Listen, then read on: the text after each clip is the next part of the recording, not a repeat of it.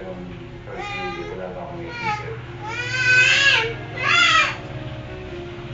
Ayon sa statistics, ang barangay BF Home sa Parañaque City ang pinakamalaking komunidad sa buong Pilipinas.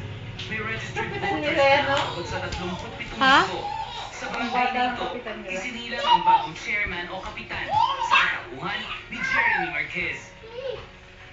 Si Jeremy Marquez pa. For 3 months, Di ba artista yan?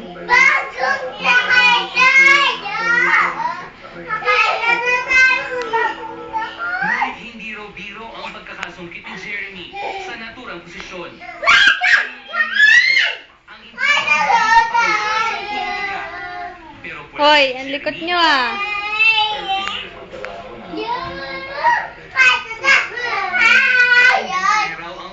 Wag ang hilahin!